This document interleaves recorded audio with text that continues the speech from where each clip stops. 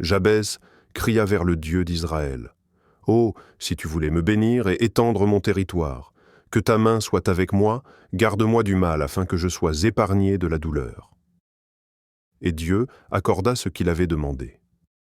Dans le récit de l'Ancien Testament, nous apprenons que le nom de Jabez signifiait douleur, souffrance, peine. Et malheureusement, ce nom semblait lui coller à la peau.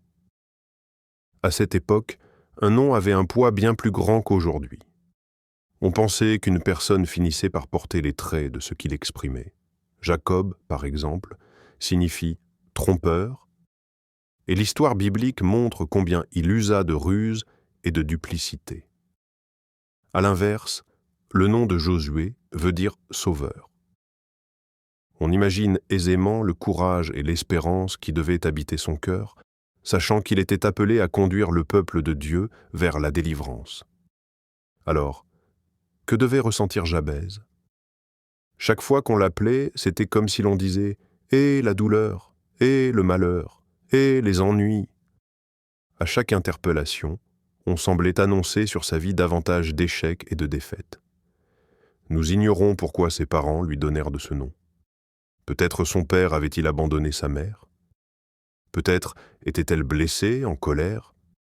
Peut-être la grossesse ou l'accouchement avait-il été particulièrement difficile, au point qu'elle associa cet enfant à la souffrance. On peut imaginer ce que Jabez dut endurer en grandissant. Les autres enfants n'ont sans doute pas été tendres avec lui. Son nom pouvait devenir une limite, altérer l'image qu'il avait de lui-même, le rendre insécure, inférieur. Pourtant, l'Écriture dit que Jabez fut plus honorable que les autres membres de sa famille. Elle ne raconte presque rien de sa vie, sinon une courte prière. Mais à travers ces quelques mots, on comprend qu'il y avait en lui quelque chose d'extraordinaire.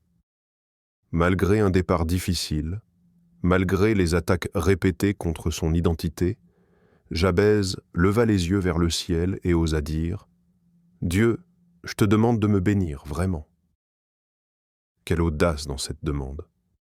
C'était comme s'il disait « La vie ne m'a pas épargné. J'ai connu l'injustice et les débuts rudes, mais je sais que tu es un Dieu bon et que tu as un plan pour moi. Alors je te demande de me bénir pleinement. » La dernière chose que l'on apprend au sujet de Jabez se trouve à la fin du verset 10. On pourrait presque s'attendre à une réponse sévère de la part de Dieu. « Jabez, cesse donc de m'importuner. Sais-tu ce que signifie ton nom? Tu ne seras pas béni. Tes propres parents ont déclaré que ta vie serait faite de peine et de malheur. » Mais rien de tel ne se produit. Le verset dit simplement « Et Dieu accorda ce qu'il avait demandé ». Ce « vraiment » est essentiel. Il ne demandait pas une petite faveur ni une bénédiction ordinaire. Il demandait l'abondance, le débordement. Et c'est ce genre de Dieu que nous servons. Lorsque quelqu'un ose prier avec foi, Dieu peut agir avec grandeur. Peut-être, toi aussi, as-tu connu des commencements difficiles, des retards, des injustices? Mais si Jabez pouvait te parler aujourd'hui, il te dirait sans doute « Ne te contente pas de ta situation. Si tu oses demander, Dieu te bénira pleinement. » Peut-être as-tu commis des erreurs, fait de mauvais choix. Peut-être as-tu l'impression que tout est terminé pour toi, qu'il ne te reste plus qu'à subir l'existence.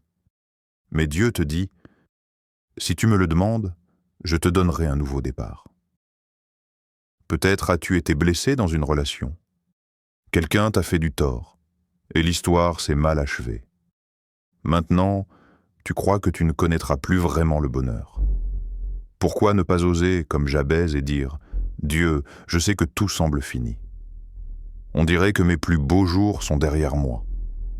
Mais je crois que tu es un Dieu extraordinaire. Alors je te demande d'amener dans ma vie une personne remarquable, celle qui me correspond parfaitement. » Chaque matin, lorsque tu te réveilles en faisant la prière de Jabez, « Dieu, bénis-moi vraiment, étends mon territoire. » Tu commences du bon pied. Cette prière revient à dire « Dieu, je sais que tu m'aimes. Je sais que de bonnes choses m'attendent.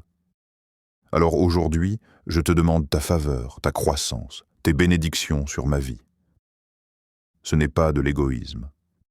c'est reconnaître que tu dépends de lui. Pour fortifier notre foi et apprendre à vivre selon les normes divines, nous pouvons nous appuyer sur 2 ouvrages précieux. D'abord, Vision de Nabuchodonosor, avenir du monde actuel. À travers l'expérience de l'ancien roi de Babylone, nous découvrons combien Dieu a révélé à l'avance les événements à venir et comment nous préparer dès aujourd'hui. Ensuite, pour cultiver la paix intérieure et le bonheur au quotidien, lisons « Vivre un festin constant ». Ce livre nous aide à nous libérer du stress et des fardeaux actuels, afin d'adopter une attitude qui conduit à la joie. Ces ouvrages sont disponibles en lecture en ligne sur youscribe.com et téléchargeables sur Apple Books. Que Dieu nous accorde sa faveur imméritée et ses bénédictions.